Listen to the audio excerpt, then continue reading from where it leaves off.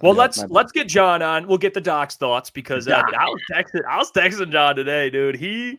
That's why I couldn't wait. It was like it's like a gift from the universe, like the Jared Goff calling out the media, and we got our guy, one of the best in the business, John Maakaron, to join the program. So please welcome him in, Mr. John Maakaron. Look at that, the Doc joining the program. Of course, you guys know him, publisher of All Lions. You can check it out. Link will be in the description, and he's the host of the Detroit Sports Podcast. Doc, what's going on, my man?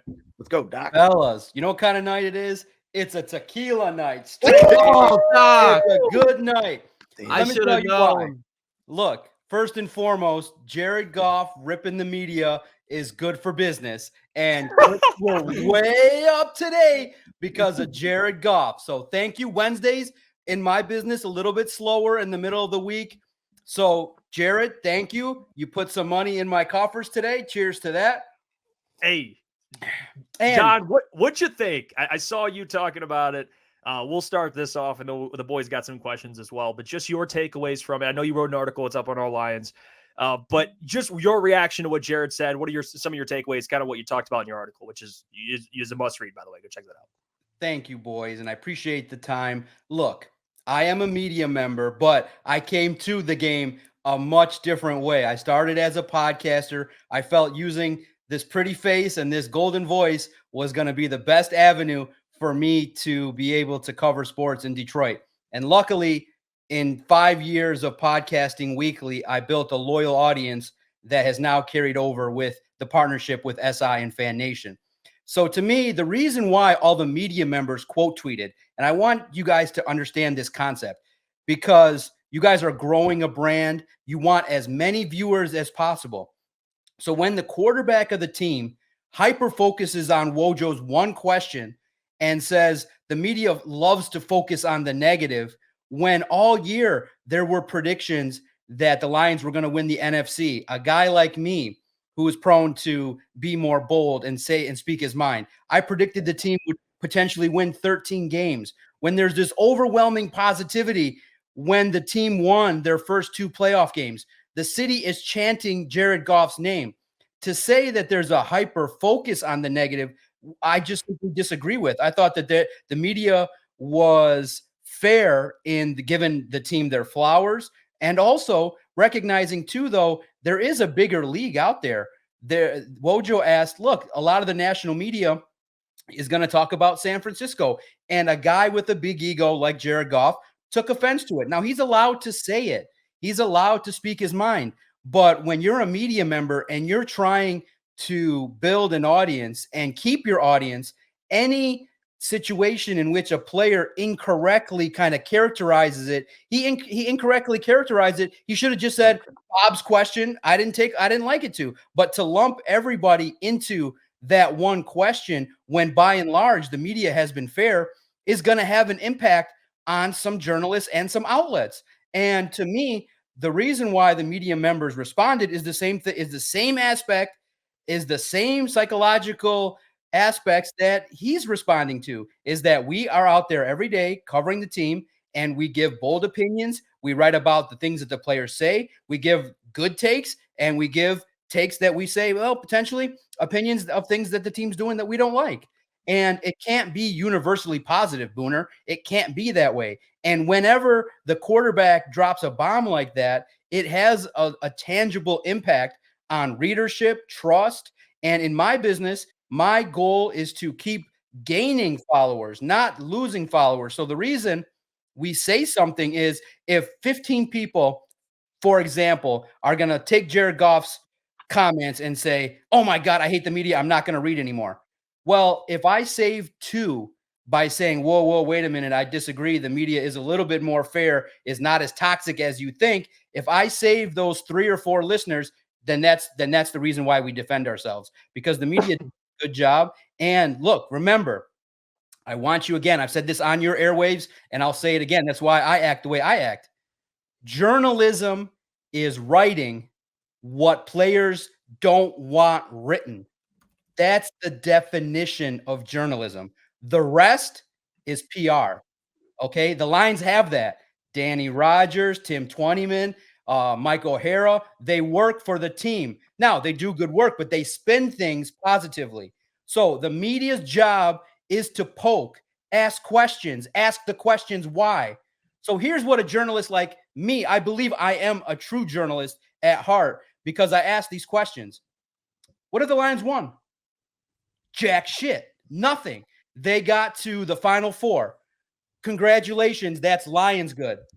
In the history of the NFL, who's a team that's still on the list as being an organization that hasn't won the Super Bowl? The Detroit Lions. So until they hoist the trophy, state that they're number one, then you're going to face criticism. And for him to say it, I respect it. He doesn't want to read that kind of stuff. He doesn't want to read that there's still people questioning him, even though he got the team to 2 playoff wins. But boys, raise your standards, raise the level of expectation regarding what is written about this team. Look, there's only 5 outlets, 6 outlets that cover it full time. It's not New York. It's not toxic. It's fair and balanced. There's going to be a lot of great coverage. There's going to be some Carlos Monterez's out there who give their opinion that's slanted a certain way. But by and large, the media has the right to say it. And Jared Goff saying it's hyper focused on being negative is a false statement. And when he perceives a statement to be false, he's right out there defending himself. So my job is to defend the media because I think that there's an obligation to everybody to be allowed to speak their truth reasonably, honorably, and we can have a civil discourse. But I just don't. I just disagree fundamentally with Goff's statement that we hyper focus on the negative. And I'll ask you this, and I'll just ask you this really in jest. If you read a heavily read a topic that's covered by everybody, why are we covering it? If people stopped reading certain content, we would know about it. So by and large, the reason certain topics are covered in certain ways is because the masses will read it. When Jared Goff did an 1.5-hour interview, how many other outlets wrote 2 stories about it? I did. I wrote something else regarding what Jared Goff said. Everybody took that he bombed the media. Why did they write that? Because a shit ton of people are going to read it. So that is part of the business. I'm sorry that those guys don't like to hear that, but our job, I'm an expert in knowing what people are going to read and listen to in the masses, and that's what's covered. It's not Jared Goff's job to pay attention to that, and it's a distraction. So to me, it's a fair statement on his part, but it's incorrect. He should have just called out Bob and said, I didn't like that question. I thought the focus should have been on us and not the 49ers. So to me, I'm standing up for an outlet that I run. I'm standing up for the media because the distrust of the media is, and I've texted Jeff privately and said this, it's not that the people distrust the media. They don't understand what they're reading half the time. They don't understand the context. They don't understand what the headline means. They don't understand where the information's coming from. So there's a lot of misunderstanding and miscommunication because people's reading comprehension is not at the level it needs to be.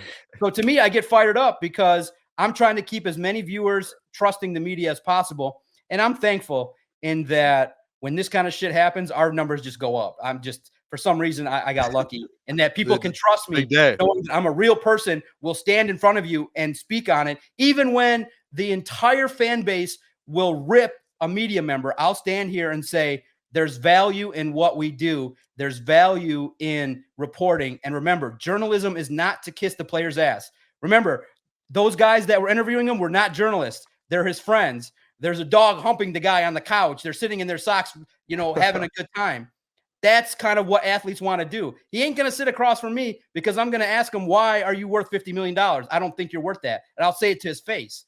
So that's where media is going these days, is that we all like to hear what we want to hear. To me, and I always think this in my head, if I was an athlete, I would stand up there for 45 minutes and I would just talk to Carlos and Jeff and Adam and just ask me the tough questions and let's have a civil discourse. But we can't have that nowadays in this kind of society. Everybody's too emotional and everybody wants to bomb on the media.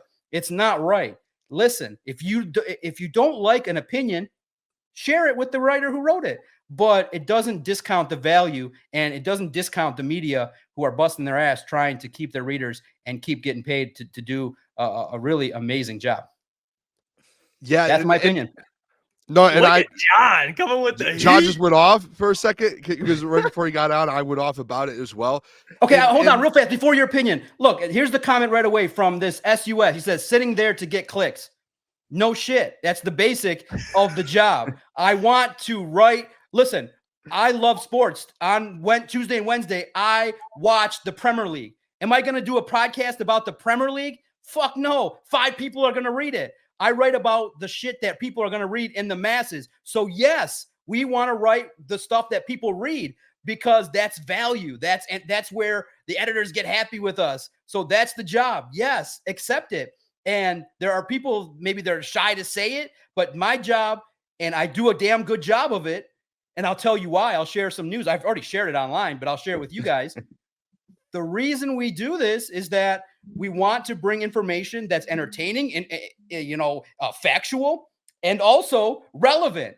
So there's going to be topics you cover and topics you don't. That's a fact.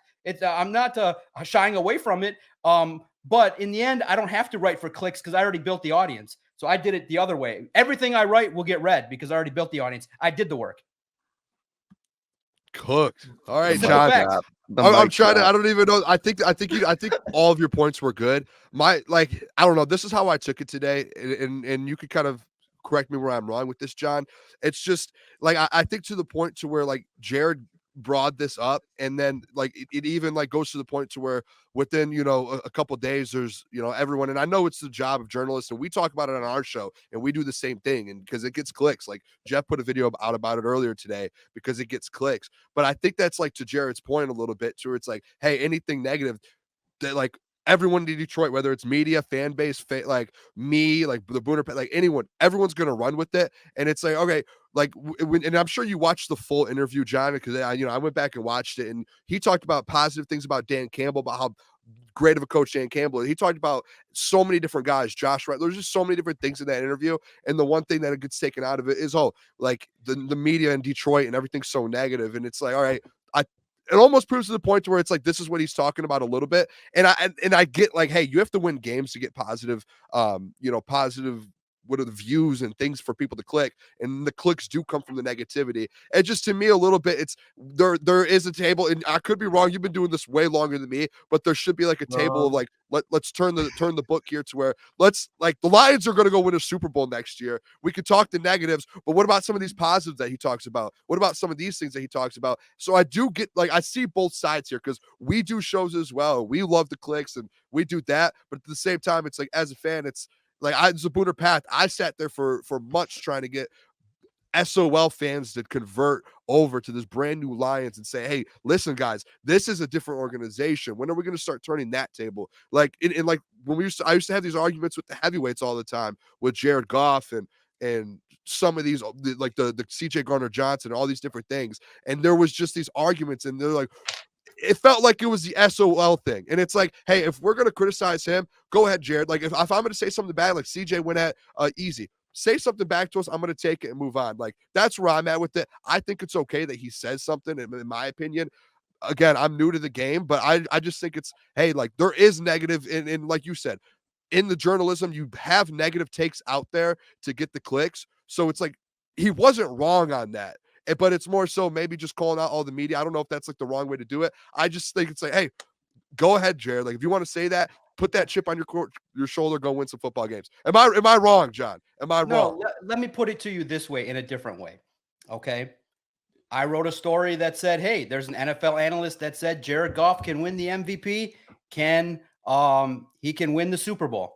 I didn't get no credit from Jared Goff for that story. I didn't get no credit for all the articles that we've written at All Lions talking about how Jared Goff is an MVP candidate, how Dan Campbell's ranked high as a popular NFC coach, how the Detroit Lions are the number 2 team in power rankings.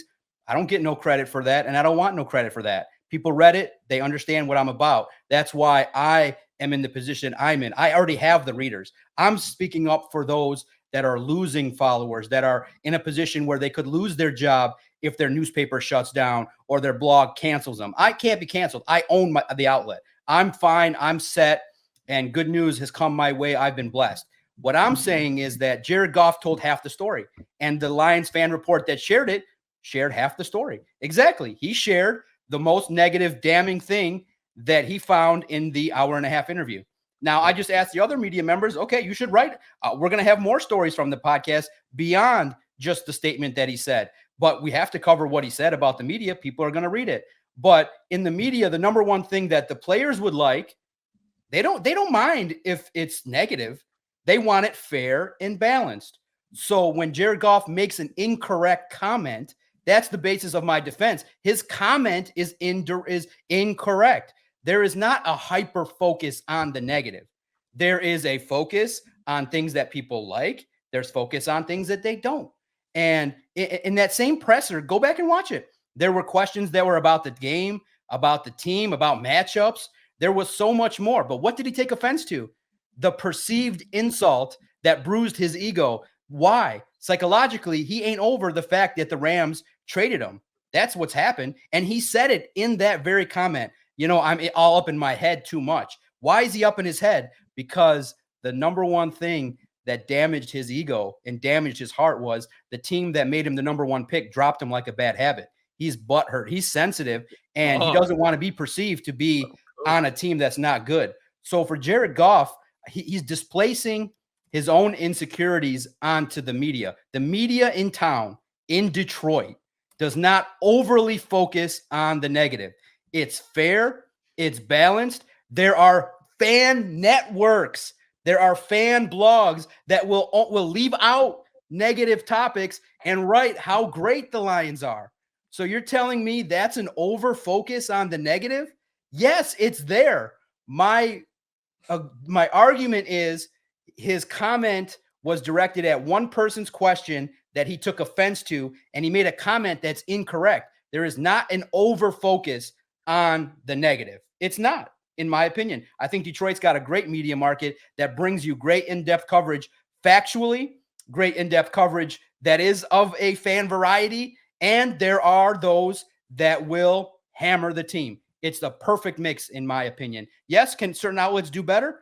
I don't run other outlets. I run my outlet, and we always look to do the best we can. But I vehemently disagree with his fundamental statement. There is not an overly focused negative media in Detroit. If that's what you think, go to New York and see what it's like there when you got 15 members of the media asking you the same question in 6 different ways. He's got it good here, and he'll realize it when he gets back into OTAs this year, how fair and balanced this media is. And the proof's in the pudding. I don't have to tell you guys. You guys know I've been around 6 years at the site, and it'll be around for more. The podcast is great.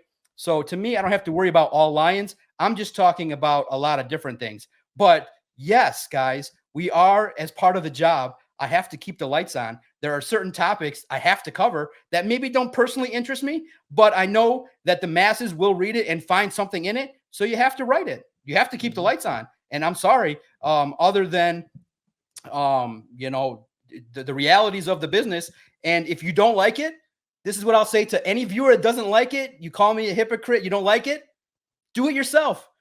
Start a website, start a podcast, start something, and join the media. The water's warm, but there's sharks in the water. And I'll show you what it's like when you come into the media room, what it's like to run a media website and what it's like to be successful. Hey, the water's warm. If you don't like how the media is covering it, come on in. Do it yourself. Welcome to the waters. Hey. Come on in. Told the man jump into a Jaws movie real quick. Go ahead.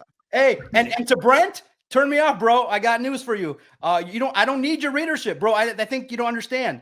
I came to the deal already with a certain amount, so I don't need any more. I'd like to build as many as I can. I'm set. I'm good, Brent. F off. I don't need you. Luke, Lucas, you got anything? Showing off the watch. He's flexing on him. Stop fucking with Doc. McKeelan's got it feeling himself, man. I love it. Well, okay, I'll share it because I'll lead into it. So, and for me, my journey has been a blessing. When I started a podcast, I was like you boys. I was like, man, these media guys are way soft. It's boring. It's not. I don't like anything they're talking about. So I said, I want to do a podcast with my family member. And we built it up just talking about the Lions, the Tigers, having a good time. And we steadily grew it. And I wanted to be a media member because Justin Rose, I had him on his first day in Detroit. And we showed him respect. I interviewed Justin Rose on my podcast. And when the time came and he got a television show, I asked him to return the favor. I said, hey, Justin, I think I could, come on that show, sit on your couch for a half hour and talk it up. I think I could do a good job. And he said, well, John, I'd probably love to, but my producer doesn't know who you are. You aren't media. I said, okay, your producer doesn't know who I am. I'll work my tail off to take a podcast to join the media. And I did it. We podcasted for free for 5 years, and an opportunity came with an outlet that was going to be affiliated with Sports Illustrated. And they took a chance on me. And I said to them, hey, I'm a podcaster. I don't want to be disrespectful to your company. I'm a bold opinionist. That's where I come in. I use my voice. I give my opinion on stuff. I don't want to be disrespectful. I don't want to make SI into anything bad. And luckily, management said, how did you grow your podcast? We can tell you're passionate. And they told me, look, you are exactly what we're looking for. And they told me 5 years ago, SI was a magazine. Now we want to make it into a digital company. And in several years, we will be number one. And I said, what? They said, we will take this platform to be number one in the world in terms of how the site's going to be viewed, reporting, team coverage. We're going to blow it out. And we're going to go team by team, add talented people who love sports and are local.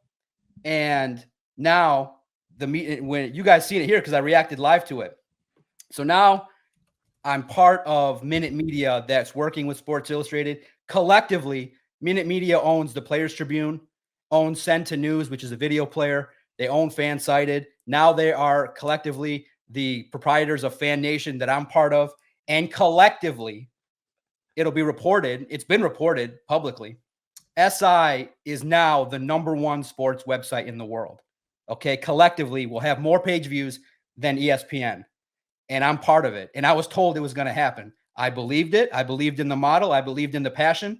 And so to me, I never boasted that I was the number one anything, but I knew that there was a goal in place to be number one. And guys, I'm signed. I have an inked deal. The former place I was at is still calling me.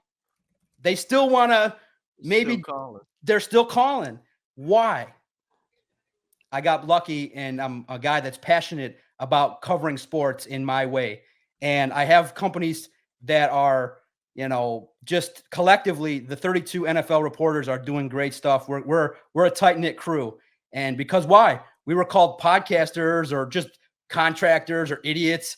And in the end, we've taken this project, and a media company covets it so much. My life has changed, and it's a simple dream that I used similar mantras that Jared Goff did. I used that attitude, that me against the world attitude. Oh, I'm a podcaster, and Justin Rose hates my guts, and the Lions hate my guts.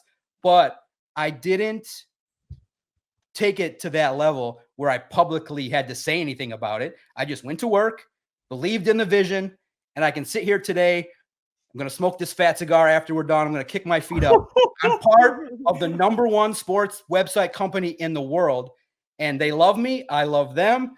I'm spending money out my ass, and I am a happy man, and all because I believed in something, and I used that. What Jared Goff, I hopefully uses that feeling that he's feeling now when he's mad and insecure. I hope he uses it to win a title. When he wins the title, he'll get the ultimate flowers. He will be able to sit there, smoke his cigar, and say, I won a Super Bowl. But until he does that, you don't get no flowers, man. I'm sorry. It's one in sports. It's number one or nothing else. So go get it, Jared. I have faith you're going to give it the best shot. What do you got, Lucas?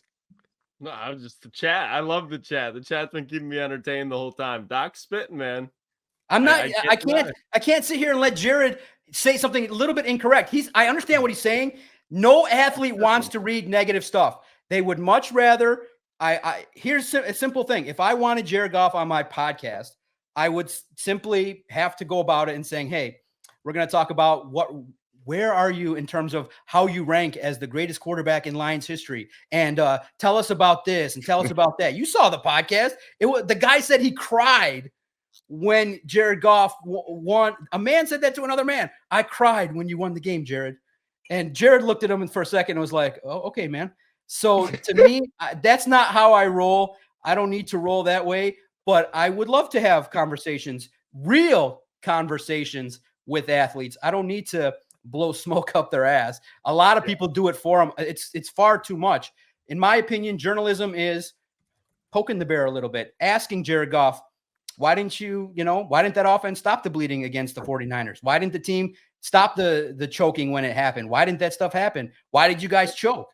Those are real and valid questions. And some people will say, that's too negative, Doc. You can't write about that. You can't ask that. So to Motown Mitch, to say something positive, last year was the most rewarding year I've ever had covering sports because I've been through the shit for 15 years. To finally get to write 250 articles that were positive, that were well received was a blessing because I had written 5,000 articles talking about why can't this team get over the hump. So last year was the most rewarding year, and Dan Campbell has been the blessing that media members have been looking for a long time. Why? He gave the fan base hope, and he gave guys like me who never in a million years believed prior to him stepping foot in Allen Park that team would win anything. And he put hope. I got to sit there and watch it. And now, in my mind, it's simple. It's the philosophy that you would describe yourself as if you were a coach. Are you going to be a coach that tells the player, oh, good job, first down? Or are you going to be like Bill Belichick, and when you watch that documentary, it's beautiful. He's like, I don't give a shit you got a first down. Why didn't you get the extra 3 yards? I don't give a shit. And what was said, I don't know if it was lost in that documentary. It was said, you know what? When people say, oh, the Patriots never had fun, it was a shitty locker room and Belichick was too tough. Somebody said it. He said, you know what? We did have fun. We had fun celebrating Super Bowl wins. We had fun those days when the confetti was coming down. We had a ton of fun when all the hard work paid off and we got to go to parades. So in my mind, tough. I love tougher media. The fanboy stuff is cute. It's an angle. It's great. I don't roll like that. I roll with hit me with the facts, hit me with some opinions, and I want to hear stuff that's opposing the main view. So to me, it's fine. Everyone can hate on the media. You can do it all you want. I just want the facts to be actually out there. That the in my opinion, fundamentally, if you believe the Lions media is negative, I'm sorry you believe that because you're not looking hard enough. There's a lot of positivity out there. Come to All Lions. I'll share half of it's positive, half of it's negative. That's how we roll. Come to All Lions. If you don't like the Lions media, come to All Lions. We're join the millions who read it every month, and we're fair. We do 5, 6 articles a day. Half of them you might like, half of them you might not like. Come join All Lions. The boat's full, but we can take on as many as we can take on as many as you want. The boat's full. This is how I look forward to Wednesdays. John sounding off. That is the doc, man. John, real quick to transition into football questions. Yeah, let's get to it. We talked earlier. We brought up Mel Kiper's mock draft, and he had the Lions taking A.D. Mitchell, the wideout out of Texas. What is your stance on just specifically A.D. Mitchell, but then taking a wide receiver? As far as your preferences, where does that stack up at 29th overall, just in the first round in general, if they move up and take a Brian Thomas or whoever it may be? Yeah, real fast. Phil, thank you so much. Those nice comments do really make the long hours worth it. They make staying up till 9:15 when I could be sleeping or hanging with the family worth it. That's why I come do this. I love what I do, and I love being part of the community, whatever the role is or whatever you guys think of it. I love it. And now talking about the draft, I love Mel Kiper. Mel Kiper has the biggest hustle in the history of sports. You know, I've kind of been seeing where people complain about his mocks, and it just seems like this year he's been like one mock draft cycle behind.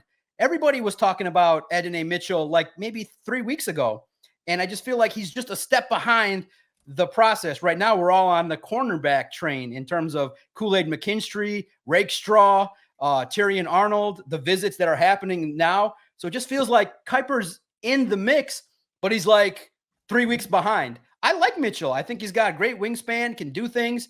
I think he'd be a talented addition. A lot of people are mocking him. Wide receiver. Man, it's such a fun topic because this team needs so many areas of improvement on defense. And I kind of am hoping it's either one cornerback or 2 offensive line.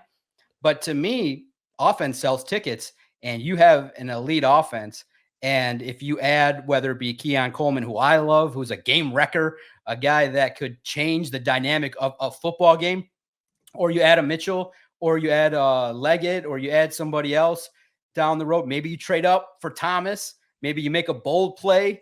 In my opinion, I think that it's fair to look at adding an offensive weapon in Detroit because it's an offensive league. The team struggled in the third quarter coming out of halftime. You need to score as many points as humanly possible. The game's set up that way. You got Ben Johnson. I love it. I loved seeing it because if you're going to go out there and add to a prolific offense, it'll justify making those seats more expensive. I love it. I would love the idea of adding a wide receiver. That's why 3 weeks ago I said, let's do it. Let's add Keon Coleman. Let's give Jared Goff a real chance. Give him more weapons. Give him a real line. Give him great running backs, great tight ends, and elite 3 wide receivers. That almost makes it a guarantee that he can sit there and be successful and win the Super Bowl. We need to get Jared the Super Bowl, and getting a wide receiver, a talented one that Brad Holmes loves, that could put you over the edge in these key games. Yeah, and Doc, we've kind of asked everyone. We've seen who Mel Kiper wants at 29. We've seen who all of us want at 29. If Doc's handing in the ticket today, who's Doc taking at 29? Yeah, I'd love to hand in the ticket, right? All of us in the media love to play general manager, right? We all think we can run the team. But look, cheers to Brad Holmes. He's the best general manager this organization has ever seen. He lets me sleep good at night because really whatever he does is going to be received pretty well locally. The fans are going to love it. Pretty much the national media, if they heard Brad Holmes slamming the table in terms of how great he is, everyone's going to be pretty happy. So to me, I go in terms of what you guys have said, personal wants. I've told you guys before, I want wide receiver Keon Coleman. I think he's great. I think he would make Jameson Williams better, would make him more open. I think that Amon-Ra St. Brown would have a field day if you have another deep explosive threat. And then you have Keon Coleman competing with Antoine Green for wide receiver 3 and wide receiver 4. What world does this, how crazy would that be with an offense that featured that? So to me, number 29 is a wide out Keon Coleman. Would be a dream scenario. Realistically, I'm kind of hoping Darius Robinson and edge falls that you fall in love with. That I think that helps your cornerbacks a little bit better than drafting a Kool-Aid McKinstry or a Terrion Arnold. So I'm hoping some way, somehow, maybe they move up for a Darius Robinson. But those are the 2 names, Darius Robinson, Keon Coleman, I think would make the Doc personally happy. Hell yeah. Well, I'd love to hear that one. It is that time. And, I want to make sure we get to the chat here so we can get to some questions for you here. And we're going to start with Steve Wilds because he asked, what's John think of the Detroit sign? You see that? I did. Look, budgets, man. Not everybody has money. Look, I understood that the rendering was fake. It was an AI generated thing, but right. You always feel like you could do better, right? It doesn't feel like Detroit needed it, and you're going to put it on I-94. I put on our Twitter page at Detroit Podcast over under 365 days before someone vandalizes it. I look at it like Detroit. Listen, I love the draft and the all the pomp and circumstance that's going to come with it, but I don't get caught up in signs or things like that. I'll drive by it soon. Breaking news. I'm sure you guys know the general manager of the Lions is going to talk sometime next week. And we'll get a chance to ask some pertinent questions, and we'll have a chance. I'll drive down there. I haven't been down 94 in a minute. I stay up in the comfy confines of Macomb County. I don't go south of Cadju if I don't have to. Doc, hey, I saw on your Twitter that you have like a nice new suit. Do you have like a what's going on? Is that too personal of a question? Can I throw that out there? All. I saw you got a brand new suit. Okay. I want to know what's going on. Yeah, hard work pays off. And look, you guys can tell. I mean, I'm a wise guy. I have also the luck that I had was I am a licensed psychologist. So while I was grinding podcasting for free, I have a psychology practice. I work with people to give them that extra edge and motivation to get through tough times. I've been a licensed psychologist for 20 years. I have the secret to happiness. I know it. I share it.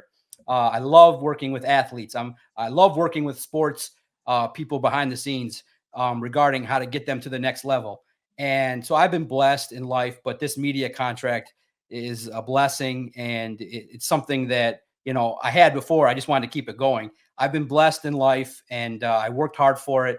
And to me, it's now time, because I've been buried in the computer for so long, that it's nice that there are, you know, there's these gatherings with mental health that take place. There's these talks that people give.